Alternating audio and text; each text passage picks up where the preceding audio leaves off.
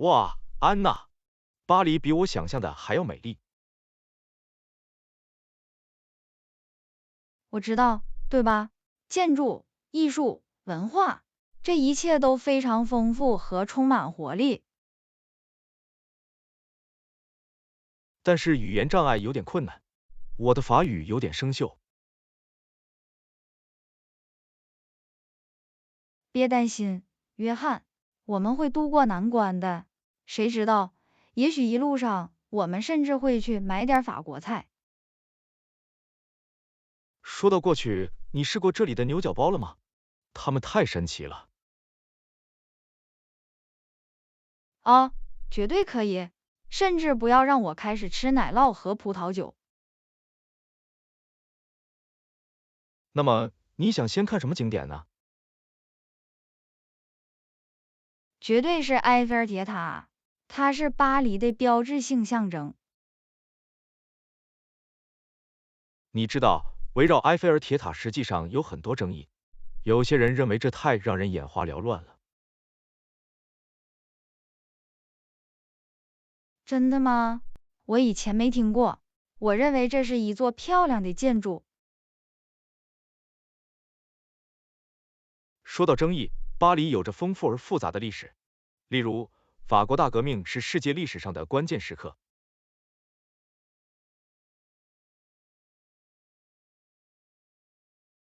是的，如今法国政治和社会仍然感受到革命的影响。而且我们不要忘记艺术，几个世纪以来，巴黎一直是艺术创作中心。绝对是，卢浮宫是世界上最著名的博物馆之一，就在巴黎。但是巴黎不仅仅是关于法国文化的，它也是不同文化和社区的大熔炉。是的，确实如此。有来自世界各地的人们在巴黎生活和工作。但是这种多样性带来了挑战，移民和融入社会是许多城市都在努力解决的复杂问题。是的，在保护当地文化和欢迎新移民之间取得平衡，并不总是那么容易。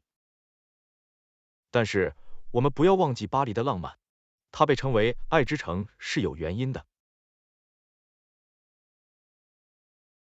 啊，绝对可以。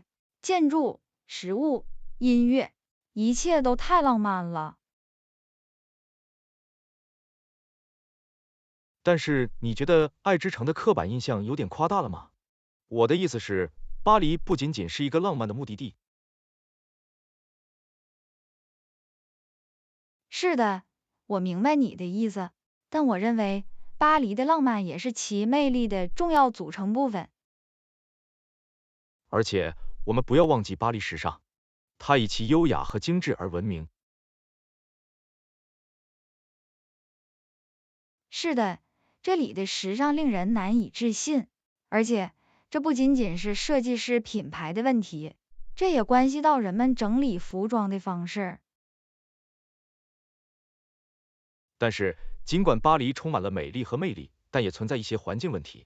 这座城市的碳足迹很高，会产生大量的废物。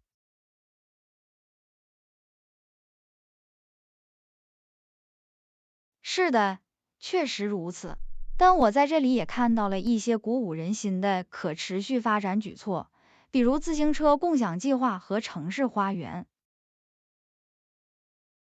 说到举措，让我们来谈谈法国的政治。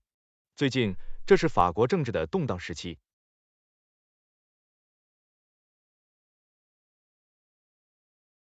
是的，民粹主义运动的兴起和黄背心抗议活动动摇了政治格局。这些抗议活动也反映了关于法国身份和民族价值观的更大规模辩论。是的，这是一个复杂的问题。一方面，法国拥有引以为豪的历史和文化，但另一方面，它也是一个多元化和多元文化的社会。但是我们不要忘记，对法国文化如此重要的言论自由，法国大革命完全是关于个人权利的。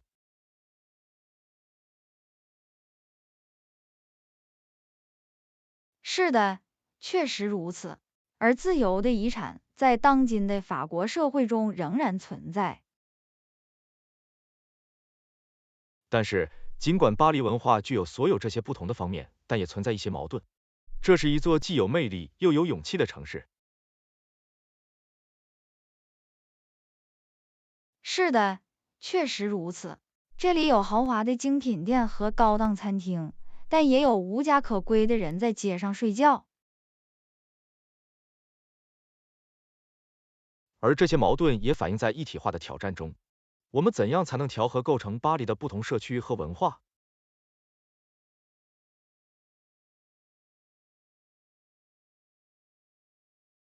这是一个棘手的问题，但要解决这个问题非常重要。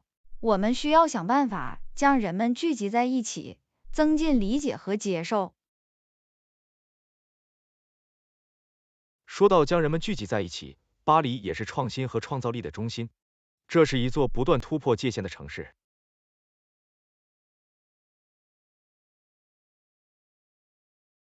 是的，这里有很多令人兴奋的初创公司和科技公司。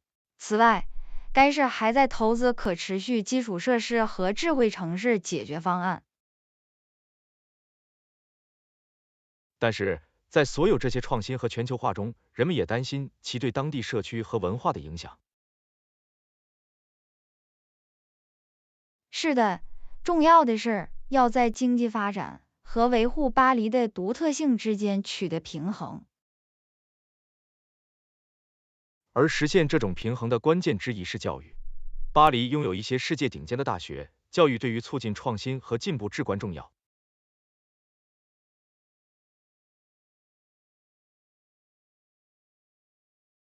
是的，教育非常重要。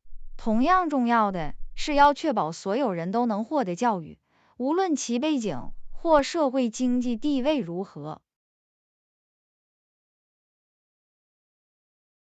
巴黎的社区和文化各不相同，语言和方言也多种多样。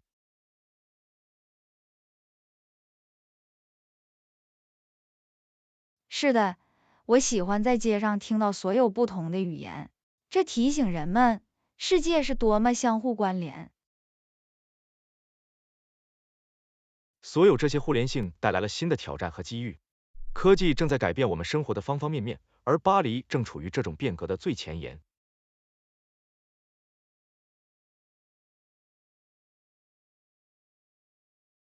是的，人工智能和区块链等领域有许多令人兴奋的进展。这些技术有可能为我们面临的一些最大挑战创造新的解决方案。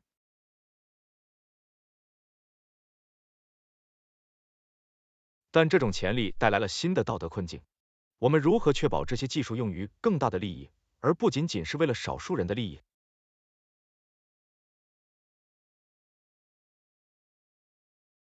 是的，这是一个关键问题。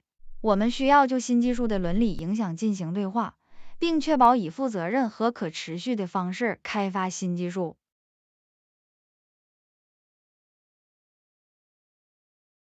说到责任，我们不要忘记，我们所有人都有责任保护和促进文化遗产。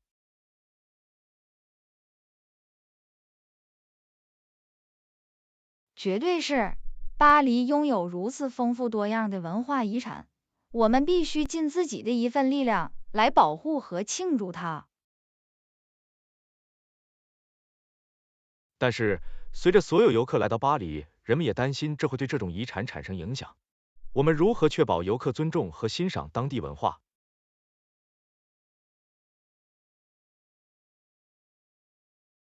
是的，这是一个棘手的问题，但我认为，首先要教育游客了解当地的习俗和传统，鼓励他们成为受人尊敬和负责任的旅行者。我喜欢巴黎的一点是我们身边的创造力，从街头艺术到音乐再到时尚，这里有很多灵感可以找到。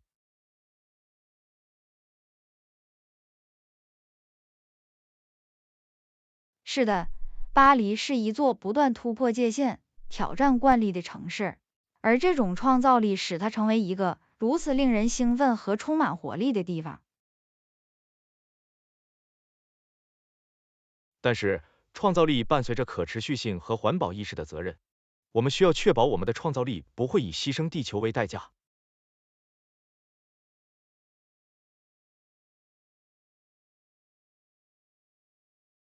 绝对是，我在巴黎看到的可持续发展举措，给我留下了深刻的印象，比如自行车共享计划和屋顶花园。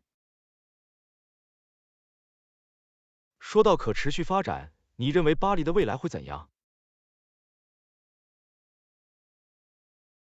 好吧，我认为这是一座不断发展和适应的城市。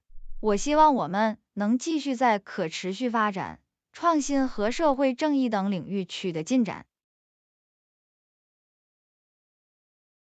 但未来还有一些重大挑战，比如我们如何解决收入不平等问题，并促进更大的社会凝聚力。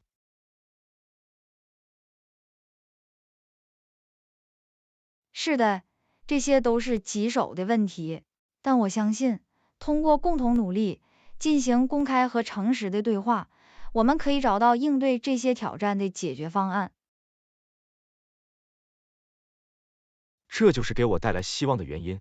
巴黎人民的韧性和创造力，以及他们对建设更美好未来的承诺。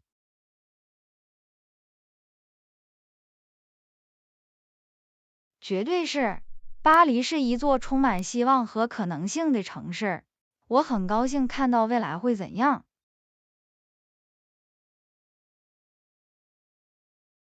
而这个未来也将由正在进行的关于法国身份的辩论所塑造。在21世纪，成为法国人意味着什么？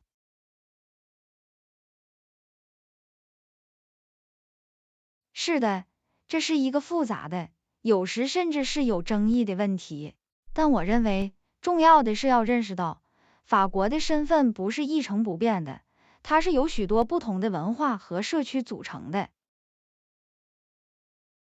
说到多样性，面对最近的挑战，比如2015年的恐怖袭击，巴黎表现出了令人难以置信的韧性。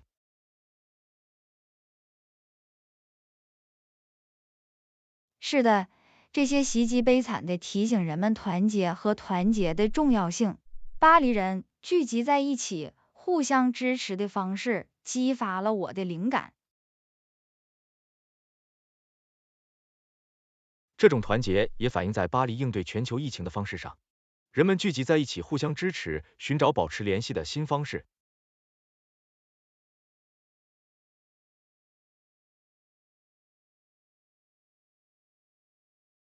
是的，这是一个充满挑战的时期，但我也看到了很多韧性和创新。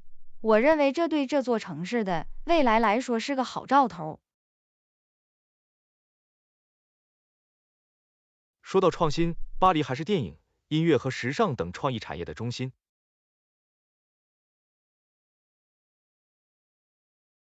绝对是，而且我认为创造力是使巴黎成为如此令人兴奋和鼓舞人心的地方的原因之一。而且，这种灵感不仅限于艺术家和创意人士，从哲学家到科学家再到政治活动家，巴黎在历史上一直激励着思想家和有远见的人。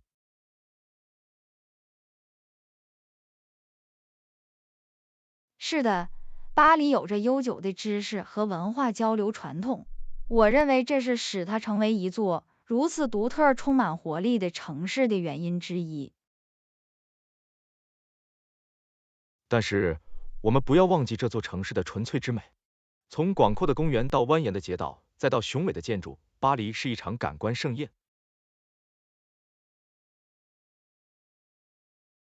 是的，这确实是一座无与伦比的美丽城市，能够亲身体验到它，我感到非常幸运。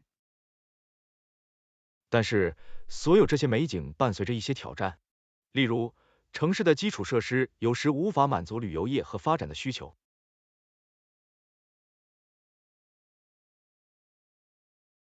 是的，确实如此。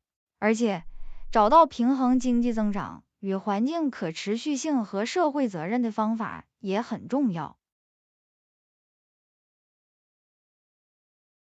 而且，这种责任不仅限于市政府或商界，我们都有责任注意自己对城市和地球的影响。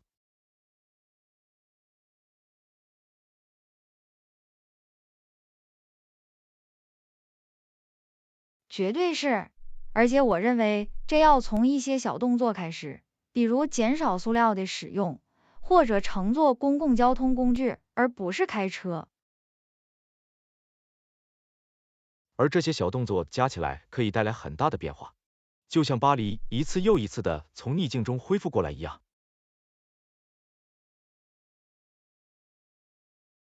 是的，确实如此。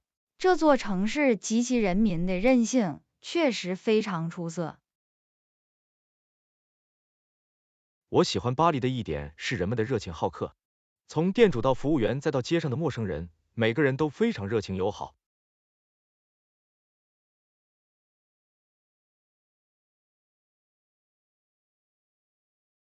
是的，这就是使巴黎成为如此特别的地方的原因之一。这里的人们的热情和慷慨真是太了不起了。这种热情和慷慨也反映在这座城市的文化传统中，例如咖啡馆文化以及对休闲和娱乐的重视。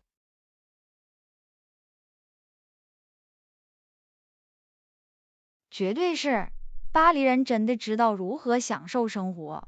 我认为这是我们所有人都可以从中吸取教训的东西。这种喜悦也反映在这座城市的许多节日和庆祝活动中，例如巴士底日和音乐节。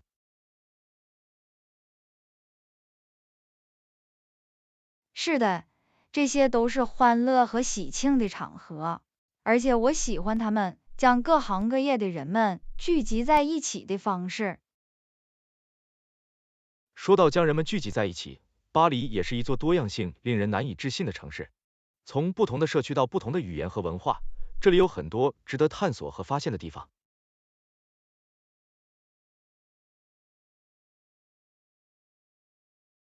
是的，确实如此。而且我认为巴黎的多样性是其最大的优势之一。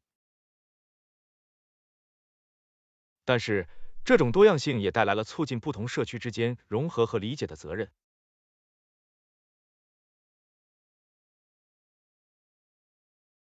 绝对是，我认为首先要承认和尊重构成这座城市的不同文化和传统。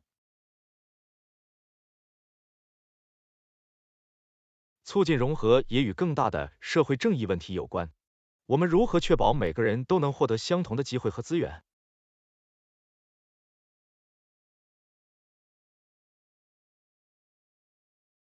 安娜，是的，这是一个关键问题，不仅对巴黎，而且对世界各地的社会来说都是如此。而且我认为，促进社会正义，首先要认识到和解决我们机构和社区中存在的系统性不平等。而解决这些不平等问题需要创新和创造力。幸运的是，从举世闻名的美食到尖端科技初创公司，巴黎有着悠久的创新传统。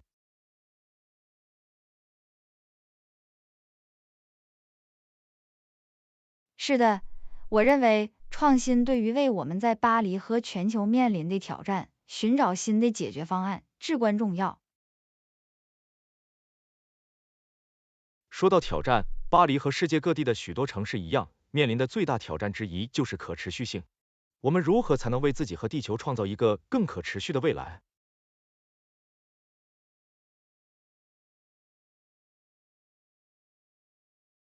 是的，这是一个关键问题，需要我们所有人采取行动。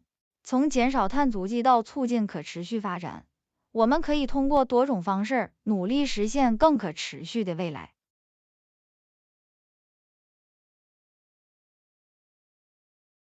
这项工作需要各个层面的领导，从个人到社区再到政府。绝对是，而且我认为，从促进可持续交通到实施绿色建筑标准，巴黎在许多方面都表现出自己的领导地位。展望未来，你认为巴黎面临的最重要的挑战和机遇是什么？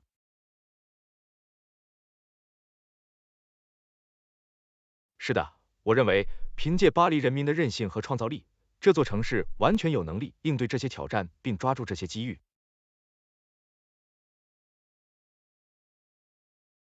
我完全同意，巴黎确实是一座了不起的城市，我很幸运能来到这里，参与它正在进行的故事。